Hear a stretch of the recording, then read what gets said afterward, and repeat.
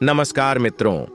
भगवान कल्कि जी के जीवन पर आधारित यह दुर्लभ कथा जो आप देखने जा रहे हैं, कल्कि पुराण, जो महर्षि व्यास जी द्वारा आज से हजारों साल पहले अपनी दिव्य दृष्टि द्वारा संस्कृत भाषा में लिखी गई थी, को हिंदी में रूपांतरित कर आपके सामने प्रस्तुत किया गया है।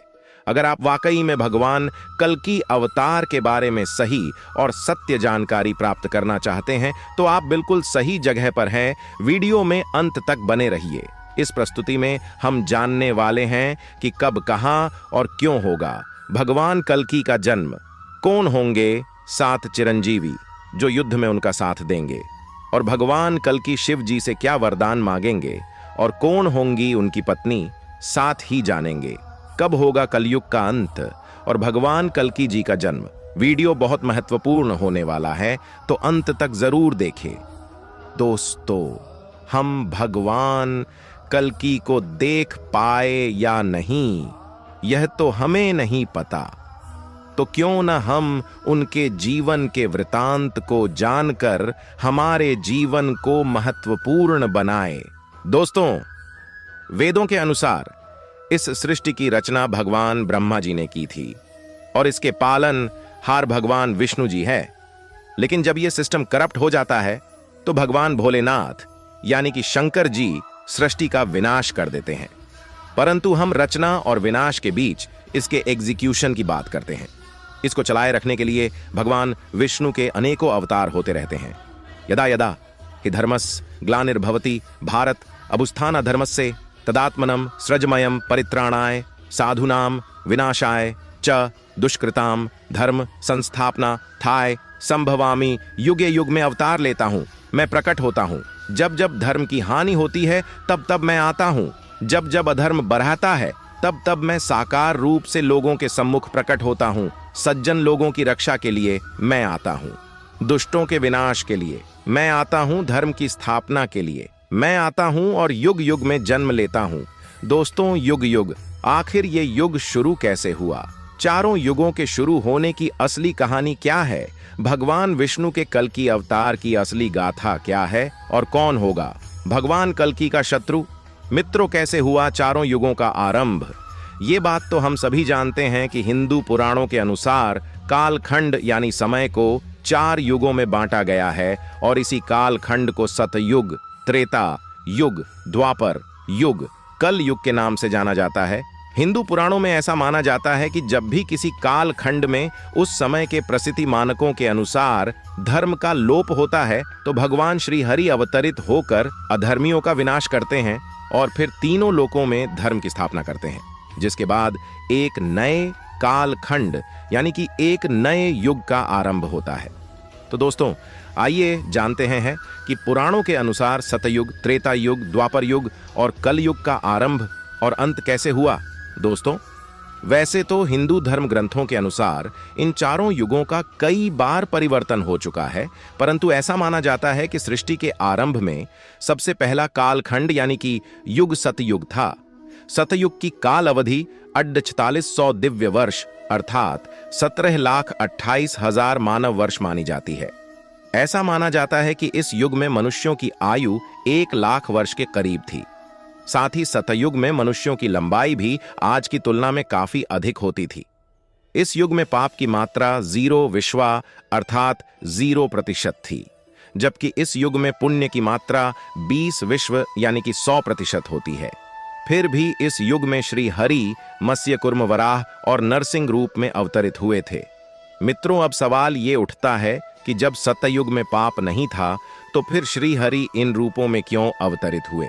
तो दर्शकों, आपको बता दूं कि जब परमपिता ब्रह्मा ने सृष्टि की रचना की तो उस समय देवों, मनुष्य, नागों, गंधर्वों आज के साथ दैत्यों की भी उत्पत्ति हुई थी ताकि सृष्टि का संतुलन बना रहे।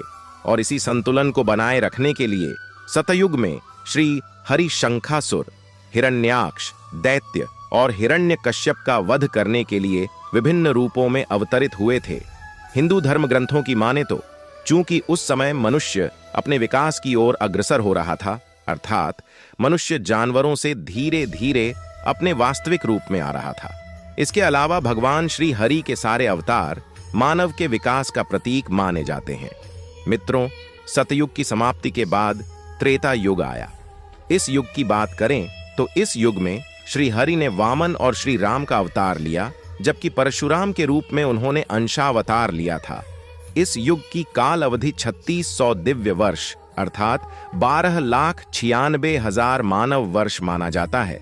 इस युग में मनुष्यों की उम्र 10,000 वर्ष हुआ करती थी, जबकि लंबाई 100 से 150 फीट हुआ करती थी। इस युग में पाप की मात्रा 5 विश्वा अर्थात 25% थी, जबकि पुण्य की मात्रा 15 विश्व यानी कि 75% थी। इस युग में रावण, कुंभकर्ण, बाली, अहिरावण जैसे अत्याचारी राजा हुआ करते थे, जो अपने बल व अहंकार में आकर तीनों लोक के प्राणियों पर अत्याचार किया करते थे, जिस कारण भगवान श्री हरि राम बल और अहंकार को मिटाने के लिए आवंत्रित हुए और इन अत्याचारियों का नाश किया। मित्रों, जब वे अयोध्या वापस आए तो उन्होंने कई वर्षों तक वहां शासन किया। फिर देवी सती के पृथ्वी में समाज आने के कुछ वर्षों के बाद उन्होंने भी अपना देह त्याग कर दिया, और ऐसा माना जाता है कि प्रभु श्री राम की देह त्याग करने के बाद फिर से एक नए युग का सर्जन हुआ, जिसे द्वापर युग कहा जाता है।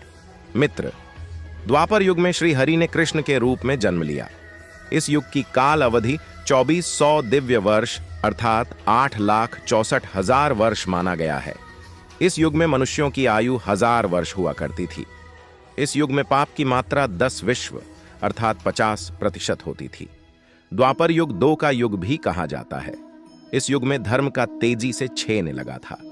चारों ओर अधर्म अपना पांव तेजी से पसारने लगा था। तब भगवान श्री कृष्ण ने पापियों का 11 नाश कर दिया था, और जब महाभारत युद्ध के पश्चात अधर्मियों का नाश हो गया तो युधिष्ठिर को हस्तिनापुर और हस्तिनापुर का राजा घोषित किया। जिस समय युधिष्ठिर का राज तिलक हो रहा था, उसी समय गांधारी अपने सभी पुत्रों की मृत्यु का जिम्मेदार मानते हुए भगवान श्री कृष्ण को श्राप दिया। गांधारी ने भगवान श्री कृष्ण को श्राप देते हुए कहा था कि कृष्ण, जिस तरह तुमने मेरे कुल का नाश किया, उसी तरह तुम्हारे कुल का भी नाश होगा। उसके बाद पांडवों ने 36 साल तक हस्तिनापुर पर राज्य किया। फिर गांधारी के दिए गए श्राप के कारण भगवान श्री कृष्ण की द्वारिका नगरी की स्थिति दिन ब दिन बिगड़ने लगी। द्वारिकावासी मदिरा पीकर आपस में ही लड़ने लगे और एक दूसरे को मारने लगे। यह देखकर एक दिन भगवान श्री कृष्ण पूरे यादव वंश को प्रभास ले आए, परंतु वहां भी श्राप के कारण संपूर्ण यादव वंश एक दूसरे के खून के प्यासे हो गए, और अंत में हालात इतने बिगड़ गए कि पूरा यादव वंश खत्म हो गया। उसके बाद एक दिन भगवान श्री कृष्ण एक वृक्ष के नीचे विश्राम कर रहे थे। उसी समय किसी शिकारी ने भगवान श्री कृष्ण पर निशाना साधा, क्योंकि भगवान ने मृत्यु लोक में जन्म लिया था। इसलिए इस मनुष्य रूपी शरीर को एक न एक दिन छोड़ना ही था। अतः भगवान श्री कृष्ण ने अपना देह त्याग कर दिया और बैकुंठ वापस चले गए। मित्रों, उधर इस बात की सूचना युधिष्ठिर को मिली तो उनको भी समझ में आ गया कि अब उनके जीवन का उद्देश्य खत्म हो चुका है। द्वापर युग इस समय अपनी समाप्ति की ओर था और कल युग का प्रारंभ होने वाला था। इस बात को ध्यान में रखते हुए युधिष्ठिर ने हस्तिनापुर का राजपाट परीक्षित को सौंप दिया और खुद चारों भाइयों और द्रौपदी सहित हिमालय की ओर अपनी अंतिम यात्रा पर निकल पड्डी हे। फिर पांडवों के हस्तिनापुर से निकालते ही कलयुग का आरंभ हो गया, और आज हम इसी कलयुग में जी रहे हैं। इस युग में पाप की मात्रा 15 विश्व यानी कि 75% मानी गई है, जबकि पुण्य की मात्रा 5 विश्वा यानी कि 25% है। कलयुग का प्रथम चरण ही चल रहा है। ऐसा माना जाता है कि कलयुग का प्रारंभ 3102 ईसा पूर्व से हुआ था, यानी अब तक कलयुग ने अपना 5120 वर्ष पूरा किया है, जबकि इसके अंत होने में अभी 4,26,880 वर्ष बाकी है। परंतु कलयुग का अंत कैसा होगा, इसका वर्णन पहले ही ब्रह्म पुराण में किया जा चुका है। ब्रह्म पुराण के अनुसार कलयुग के अंत में मनुष्य की आयु महज 12 वर्ष रह जाएगी। इस दौरान लोगों में द्वेष और दुर्भावना बढ़ेगी। कलयुग की उम्र जैसे जैसे बढ़ती जाएगी, वैसे वैसे नदियां सूखती जाएंगी। बेईमानी और अन्याय धन कमाने वालों में बढ़ाते जाएंगे। धन के लोभ में मनुष्य किसी की भी हत्या करने में नहीं हिचकिचाएगा। इंसान सभी धार्मिक काम बंद कर देगा। गाय दूध देना बंद कर देगी। मानवता नष्ट हो जाएगी। लड़कियां बिल्कुल भी सुरक्षित नहीं होंगी। उनका अपने ही घर में शोषण होने लगेगा। अपने ही घर के लोग उनके साथ वे विचार करने लगेंगे। सभी रिश्ते नाते खत्म होने लगेंगे। जब आतंक अपनी चरम सीमा पर होगा, तब भगवान श्री हरि का कल्कि अवतार इस पृथ्वी पर प्रकट होगा और वो अधर्मियों का नाश करेंगे और उसके बाद एक बार फिर से नए युग का आरंभ होगा। दोस्तों, आपको बता दूं कि अभी तक युग परिवर्तन का यहां 22वां चक्र चल रहा है और परिवर्तन युग के समाप्त होने के बाद यह अपने 23वें चक्र में प्रवेश करेगा। मित्रों, कहां होगा भगवान विष्णु का कल्कि अवतार? हिंदू धर्म ग्रंथों के अनुसार जब जब धरती पर पाप बढ़ा है, तब तब भगवान विष्णु किसी न किसी रूप में धरती पर पापियों का विनाश के लिए प्रकट हुए हैं। वामन अवतार, नरसिंह अवतार, मत्स्य अवतार, राम अवतार, कृष्ण अवतार, ये सब भी इस बात के प्रमाण हैं। शास्त्रों में विष्णु जी के 10 अवतार का उल्लेख मिलता है। इनमें से अब तक 9 अवतार हो चुके हैं, लेकिन कलयुग में भगवान का अंतिम अवतार होना भी बाकी है। ऐसा माना जाता है कि जब कलयुग अपनी चरम सीमा पर पहुंच जाएगा, तब भगवान विष्णु कल्कि अवतार लेकर कलयुग का अंत करेंगे। उसके बाद फिर से धर्म की स्थापना करेंगे। कल्कि अवतार आज भी लोगों के लिए एक रहस्य है।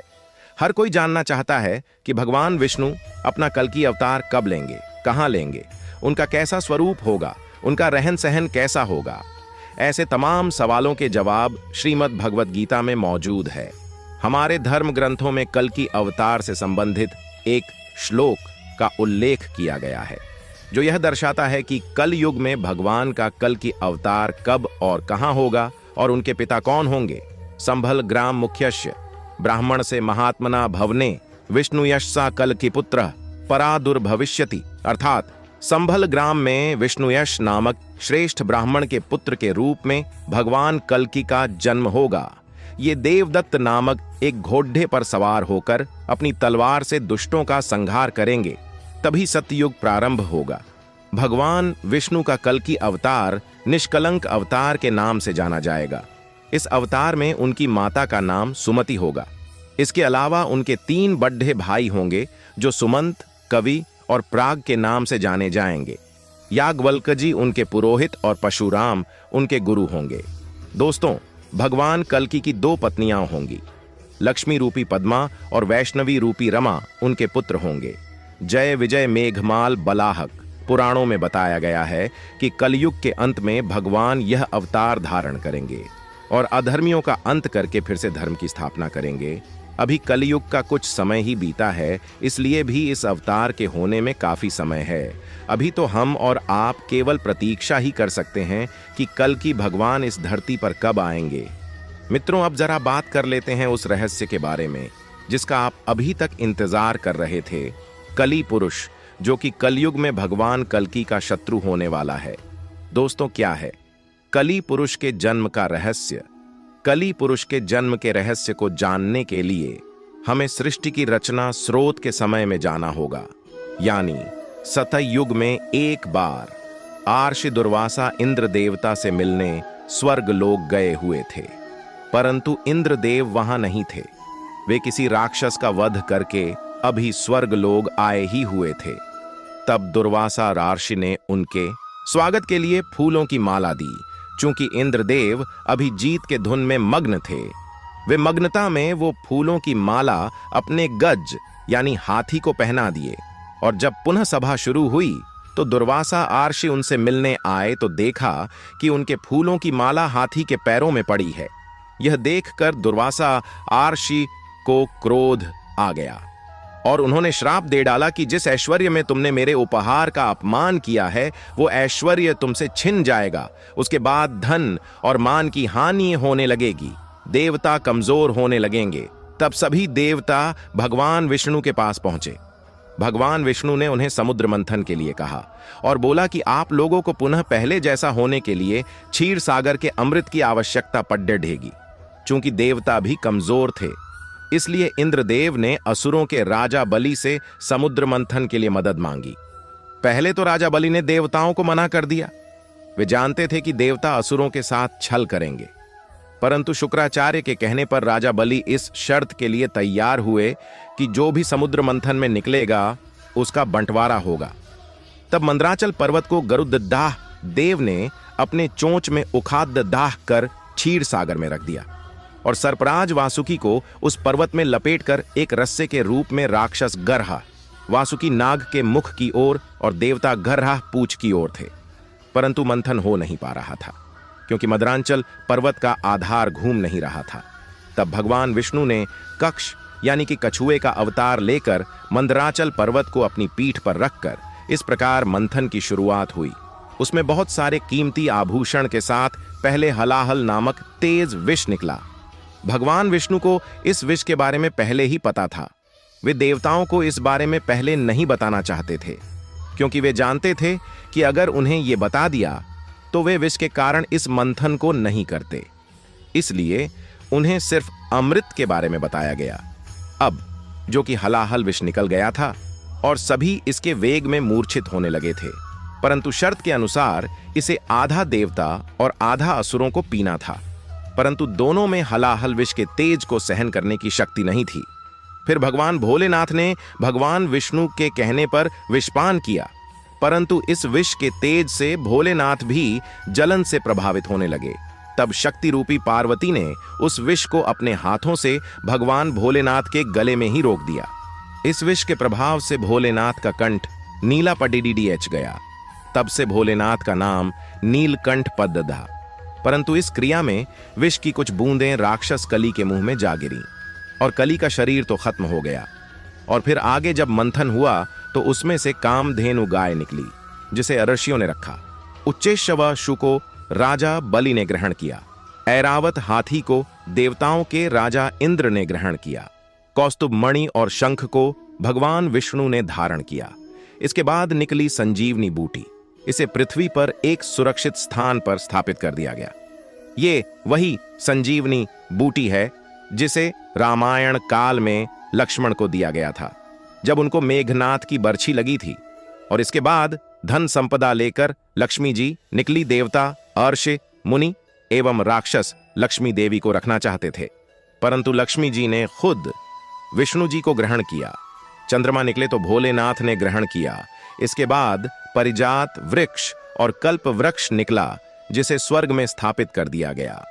फिर निकली रंभा जिसे स्वर्ग अवसर बनाकर स्वर्ग में रखा गया।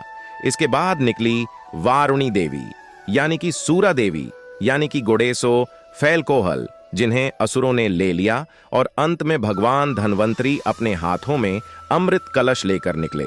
इस अमृत की छीना छपत में कुछ बूंदें समुंदर में जा गिरी जो उज्जैन, नासिक और इलाहाबाद में गिरा। और कहा जाता है कि 12 वर्ष पर फिर से वो अमर प्रकट होता है। उस वक्त स्नान करने से रोग दोष दूर हो जाती है। और इसी अमृत की कुछ बूंदें कली पुरुष को भी मिली जिससे वो फिर से जीवित हो उठा, परंतु वो भौतिक रूप में न आ सका। अमृत को बांटने के लिए भगवान विष्णु ने मोहिनी का रूप लिया और सारा अमृत देवताओं को पिला दिया, परंतु राहु और केतु 2 राक्षस देवताओं का रूप लेकर अमृत पी लिए थे, तो भगवान विष्णु ने उनका सर काट दिया। परंतु अमृत पीने के पश्चात वे अमर हो चुके थे, अर्थात राहु और केतु भी पिंड यानी कि गृह रूप में जीवित हैं। तो मित्रों, कलयुग के अंत में कली पुरुष भौतिक रूप में आ जाएगा।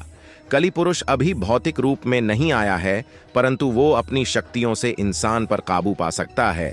और कलयुग के अंत में वो भौतिक रूप में आ जाएगा तो वो पाताल लोक से आसुरी शक्ति को आजाद करके इंसानों पर राज करेगा। तब भगवान विष्णु का कल की अवतार जो 64 गुणों से लिप्त माहिर योद्धा होंगे, जो अब तक के सबसे शक्तिशाली राक्षस कली पुरुष से लड़ेंगे और इंसानों को उसके प्रभाव से मुक्त करेंगे।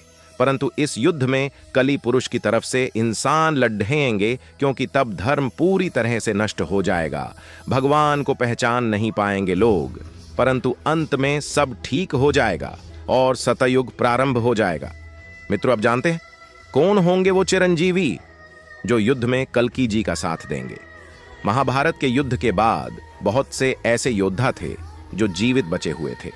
उनमें से प्रमुख 18 थे।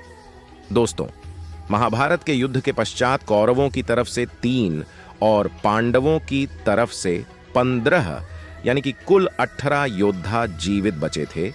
लेकिन आज हम यहां इस वीडियो में आपको ऐसे 5 महान लोगों के बारे में बताने वाले हैं जो महाभारत या फिर कहे कि रामायण के पहले के काल से भी जीवित हैं और वे कलयुग यानी कि इस युग के अंत में प्रकट होंगे, ऐसी मान्यताएं कहती हैं।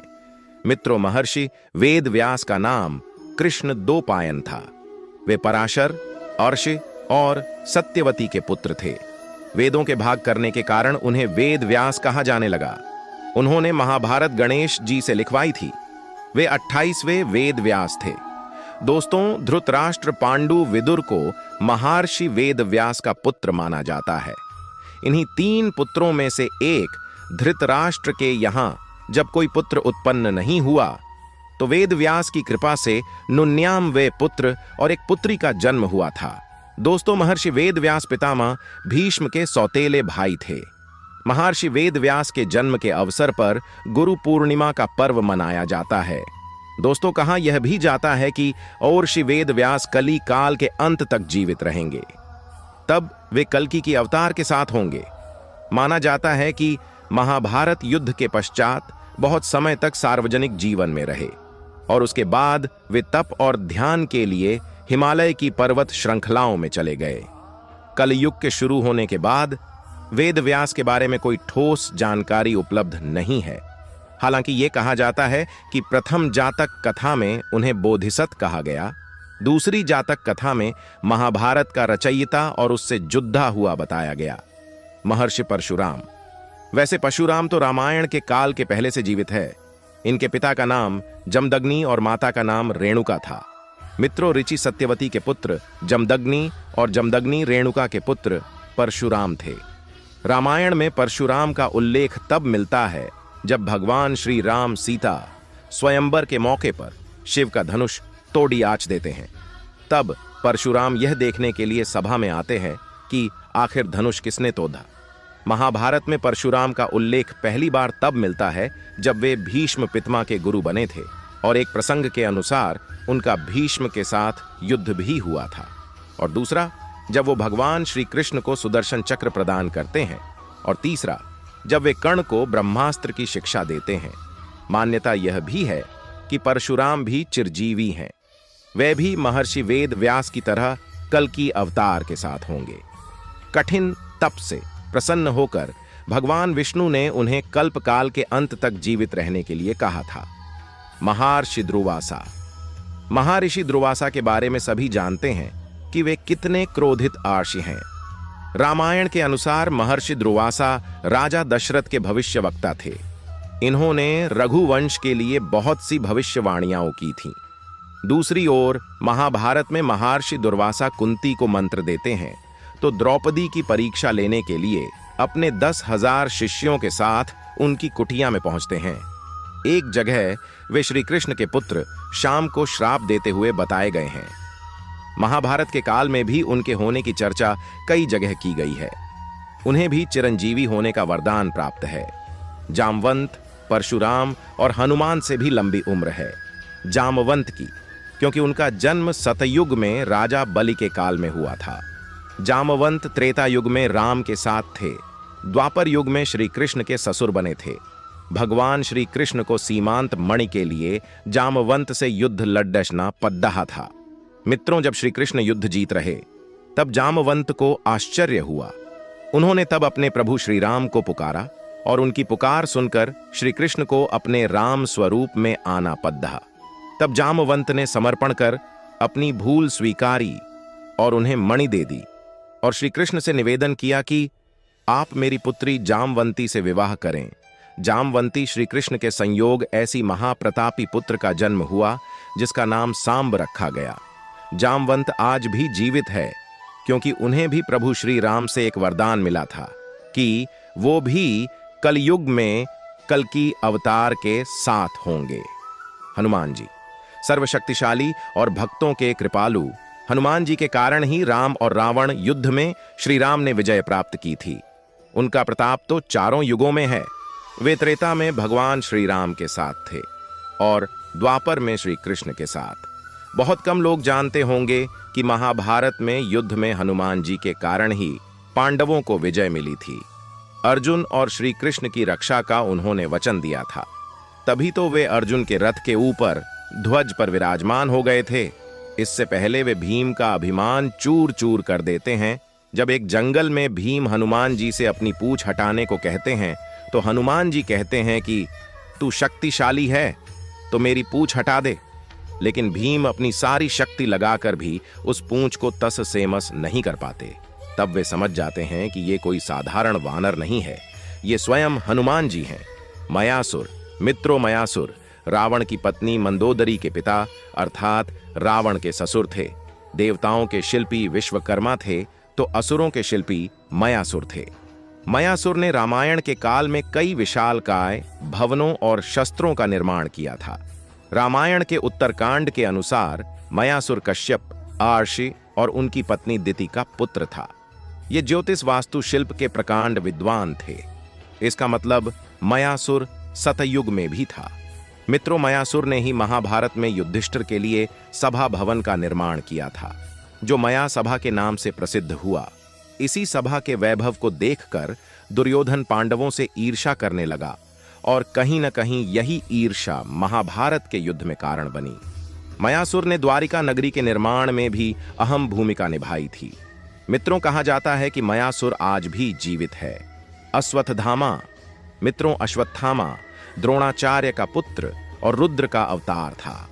अश्वत्थामा को संपूर्ण महाभारत के युद्ध में कोई हरा नहीं सकता था।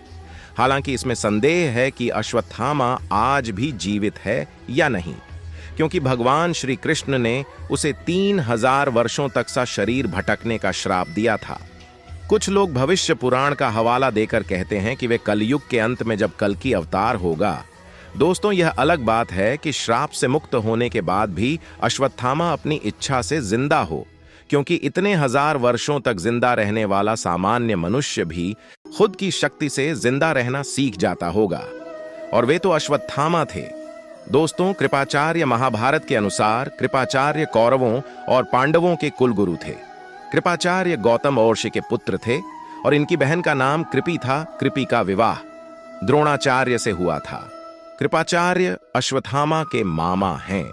महाभारत के युद्ध में कृपाचार्य ने भी पांडवों के विरुद्ध कौरवों का साथ दिया था। कृपाचार्य की गणना 7 चिरंजीवियों में की जाती है, जिनमें विभीषण राजा बलि भी शामिल है।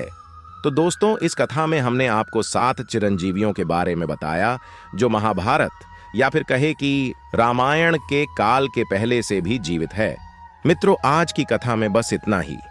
मिलते हैं जल्दी एक नई वीडियो के साथ। वीडियो को लाइक कर दे और चैनल को सब्सक्राइब करना मत भूलना। जय श्री कल्कि भगवान।